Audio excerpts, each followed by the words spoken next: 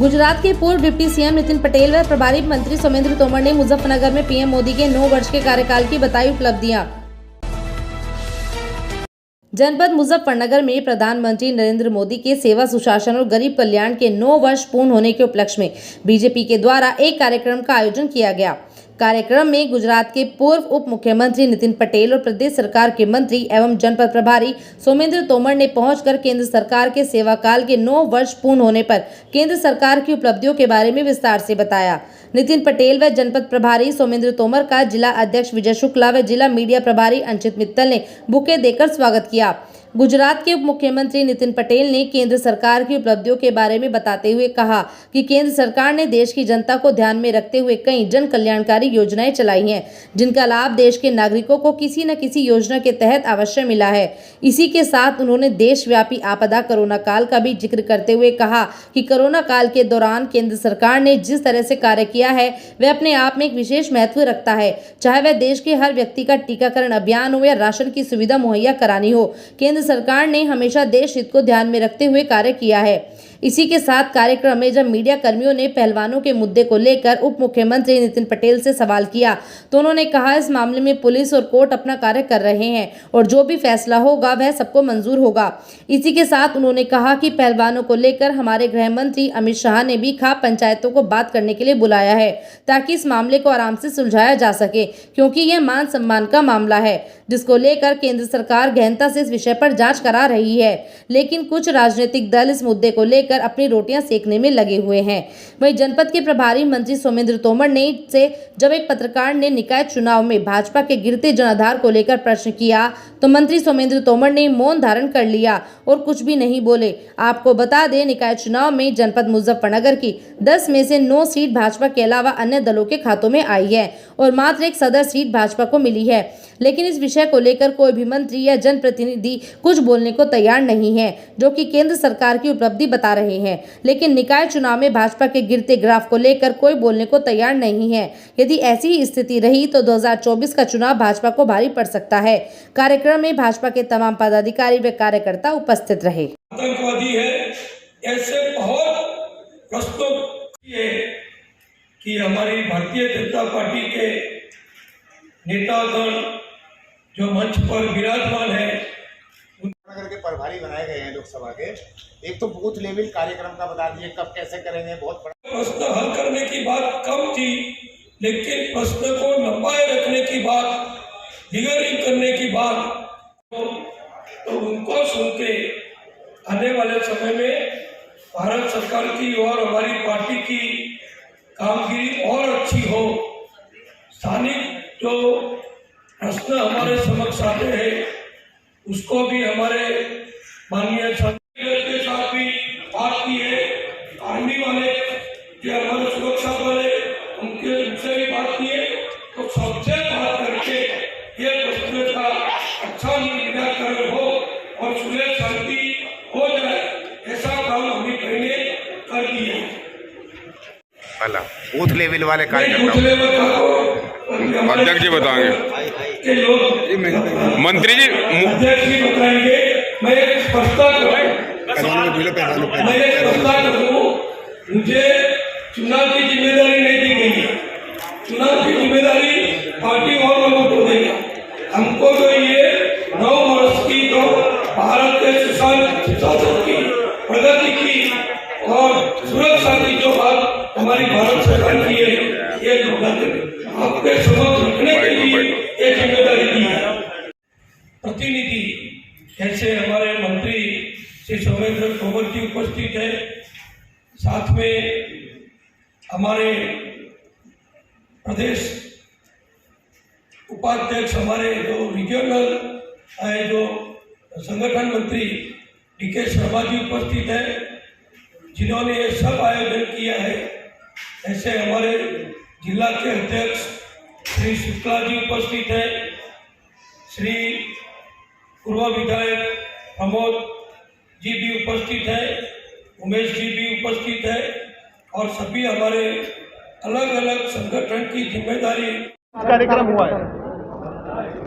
भारत के यशस्वी प्रधानमंत्री, लोकप्रिय प्रधानमंत्री और जिन्होंने पूरी दुनिया में, विश्व भर में भारत का नाम, गौरव, सम्मान बढ़ाया है।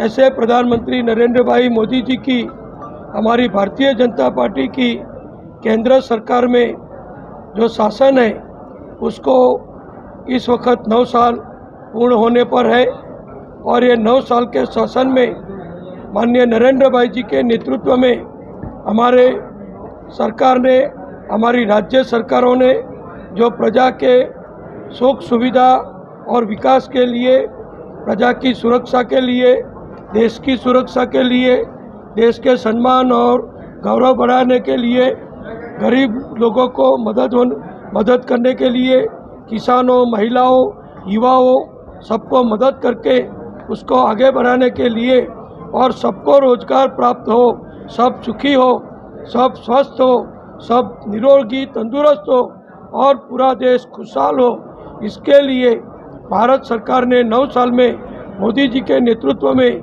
जो भी काम किए हैं इसका लाभ देश के 140 करोड़ लोगों को कोई न कोई योजना द्वारा मिला है।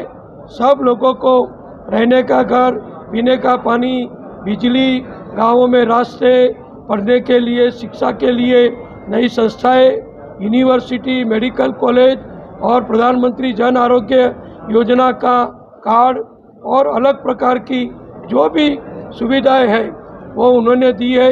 कोरोना के अपने जो समय था कोरोना का, उस समय में भी मोदी जी ने पूरे देश को सुरक्षित रखने के लिए बिना चार्ज, कोई भी खर्च किए बिना करोड़ों लोगों को 2 डोज वैक्सीन दी, सभी सुविधाएं दी, सभी ट्रीटमेंट दी। 80 करोड़ लोगों को कोरोना के समय जो लॉकडाउन था, उद्योग धंधा, व्यापार, रोजगारी कम हो गई थी, तो कोई भूखा न सोए, इसके लिए भी 80 करोड़ लोगों को जो बिना मूल्य अनाज दिया। ऐसी कई बातें प्रजा के समक्ष रखने के लिए हमारे भारतीय जनता पार्टी के माध्यम से हमने ये कार्यक्रम सभी लोकसभा क्षेत्र में किया है और इसमें अगर आया हूँ। एक आदमी बोले तो ब्रजभूषण की अभी तक गिरफ्तारी नहीं हुई, आप चौधरी लगातार पंचायतें कर रहे हैं, हरियाणा में पंचायत हो रही है, आज क्या कहेंगे इस बारे में? बता चुके सर, मान सम्मान और गौरव की बात आपने की है, पहलवानों को लेकर क्या कहेंगे वो बता दीजिए आप। देखिए, सबका मान सम्मान बढ़े ये हम सब करते हैं। अभी जो पहलवानों का मामला है वो हम सब जानते हैं कि FIR दाखिल हो चुकी है, पुलिस उसकी कार्रवाई कर रही है और ऑनरेबल सुप्रीम कोर्ट ने भी बोला है कि जो पुलिस को करना है वो पुलिस करेगी और उसका फॉलोअप भी न्यायालय भी कर रहा है, पुलिस भी कर रही है और सब उसको सम्मान मिले, उसको कोई अन्याय न हो, ये देखने का काम पुलिस और जुडिशरी कर रही है। आप पंचायत हुई है मुजफ्फरनगर में, गिरफ्तारी नहीं होने दे के मामले में आम आदमी तुरंत जेल में भेजा जाता है, मंत्री जी को आज तक गिरफ्तार क्यों नहीं किया गया? दो तरह के कानून है, अगर किसी व्यक्ति के खिलाफ इन धाराओं में मुकदमा दर्ज हो तो जेल।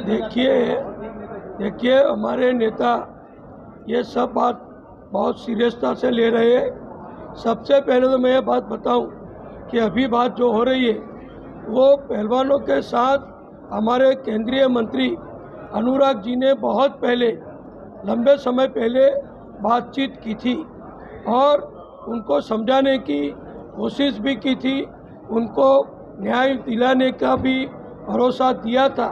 लेकिन बाद में जो हर इंसिडेंट्स में होता है, इसमें कई पॉलिटिकल एंगल से कई लोग, खास करके कांग्रेस पार्टी, आम आदमी पार्टी और ममता बनर्जी वगैरह, इस पहलवानों के मामले को अपना पॉलिटिकल लाभ लेने के लिए उसमें कूद पड़े हैं। और मुझे अभी जो जानकारी मिली, आज की बात है कि माननीय हमारे गृह मंत्री अमित शाह ने भी उनको न्योता दिया है मीटिंग करने का, अपनी बात रखने का, तो वो गृह मंत्री भी ये कर रहे हैं। तो हमारी सरकार और हमारे पार्टी के वरिष्ठ सभी लोग जितना हो सके इतना इसमें सहयोग करते हैं और पहलवानों का या किसी भी व्यक्ति का मान सम्मान बने, वो हम चाहते हैं। सर एक सवाल है, आज प्रदेश सरकार ने दर्जनों जनपद रेड जोन में घोषित किए लोकसभा 2024 के चुनाव में, उनके लिए क्या विशेष तैयारी आप लोगों की है? नहीं, ये मेरी जिम्मेदारी नहीं है, ये मैंने बोला ना कि संगठन के लोग बताएंगे। सर खास चौधरी सारे